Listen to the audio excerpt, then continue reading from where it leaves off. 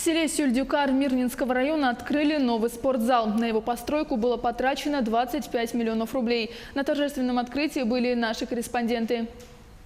3 года назад по просьбе жителей села было принято решение о строительстве спортзала. Строительство началось в начале этого года и продолжалось 9 месяцев. Работы по возведению спортивного объекта выполнили компания «Дахсумстрой» и «Альянс-строй» в рамках муниципально-частичного партнерства с администрацией района. Сами материалы, из чего сделан спортзал, он как бы технологически нового поколения. Это металлокаркас и все покрытия, все экологически чистые, то есть сертифицированные, все именно предназначены для спортзала. Баскетбол, волейбол, мини-футбол. То есть все площадки присутствуют.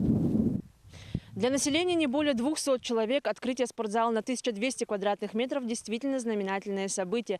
Зал построен с теплым переходом в школу, так, чтобы детям не пришлось выходить на улицу зимой. Всего в школе обучается 45 детей. Спортзал будет посещать не только учащиеся, но и все население. Да, помимо уроков физкультуры у нас в вечернее время, это с 6 до 8, зал будет открыт для жителей села Сюльдюкар. То есть мы будем проводить тренировки, мы будем проводить игры по волейболу, по баскетболу. Получается, для нас, для жителей села Сюльдюкар, этот спортивный зал открыт для всех. Сразу после торжественной части в спортзале начались спортивные баталии. Ребята радостно разбирали новый инвентарь.